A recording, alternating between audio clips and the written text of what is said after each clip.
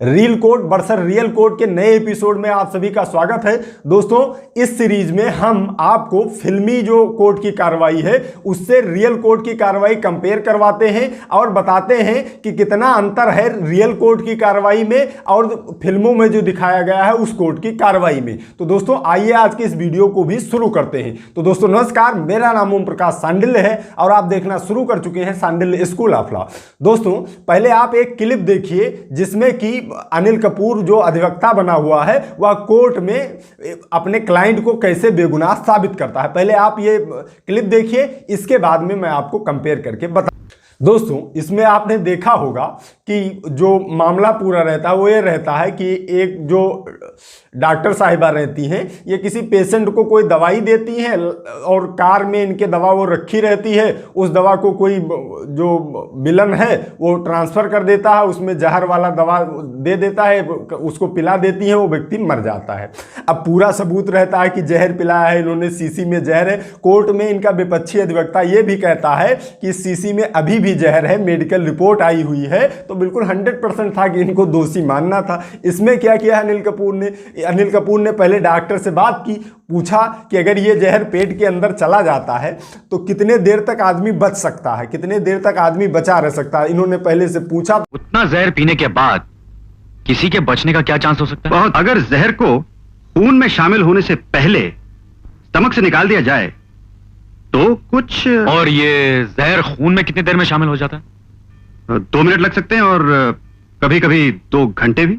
वही एक्सपेरिमेंट आकर अदालत में इन्होंने किया कि वो दवा कहा कि इसमें जहर है ही नहीं, पूरी दवा पी ली। इसके बाद में पूरी दवा पीने के बाद में वहाँ जब जज साहब ने सामने देखा कि इसमें जहर है ही नहीं है, यही शीशी बता रहे हैं पिलाए हैं, तो ये बिल्कुल फर्जी है, वो अपनी मर्द से मरा होगा। उन्हें बाइज्जत बरी कर दिया जाता है। इसके बाद में कार में लाद कर इनको आनन फानन अनिल कपूर को लेकर जाया जाता है और वहाँ ऑपरेशन करके जहर निकाल दिया जाता है। फिर से अनिल कपूर स्वस्थ हो जाते हैं एज अधिवक्ता। अब अगर रियल अधिवक्ता इस एक्सपेरिमेंट को करना चाहे तो अदालत में नहीं कर पाएगा, बिल्कुल 100% नहीं कर पाएगा। क्यों नहीं कर पाएगा, ये बात को समझिए। हुआ क्या है इसमें ये अपना सफाई साक्ष्य जो है फाइनल बहस कर रहे थे। अनिल कपूर मान लीजिए फाइनल बहस कर रहे थे वहाँ पर।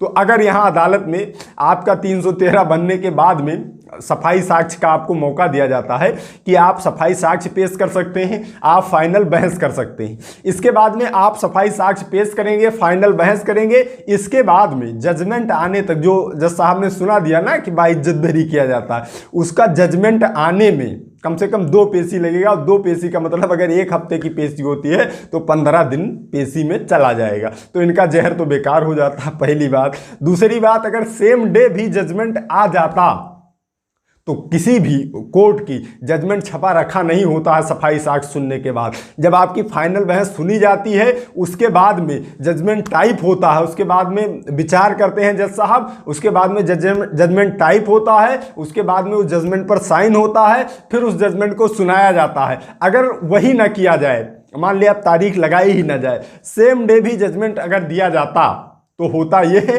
कि इनकी डेथ अनिल कपूर साहब की जो है अधिवक्ता है वही हो जाती। चूंकि इसमें शाम तक का समय लगता, सफाई साक्ष्य प्रस्तुत करने के बाद लगभग तो नेक्स्ट डेट ही हो जाती है। जिला अदालतें जितनी हैं उस डेट में, जिस डेट में सफाई साक्ष्य प्रस्तुत करता है जो अधिवक्ता होता है या फाइनल बहस करता है, उस डेट में जजमेंट 100% आता ही नहीं है। अगर गलती से आ भी जाएगा तो शाम तक किसी प्रकार से आ पाएगा तो आ पाएगा। अब ये एक्सपेरिमेंट अगर ये रियल अदालत में करे होते तो जब तक जजमेंट आता तब तक जहर फैल जाता, जजमेंट भी पलट जाता और ये स्वयं भी पलट जाते, ये भगवान को प्यारे हो जाते। तो दोस्तों, इससे सीख ये लेनी है, आपको सीखना ये है कि कोर्ट में जो है वह समय लगता है। कोर्ट में जो रियल कोर्ट है उसमें प्रक्रिया में समय लगता है। ये जो स्टेज थी इनकी, ये फाइनल बहस की स्टेज थी।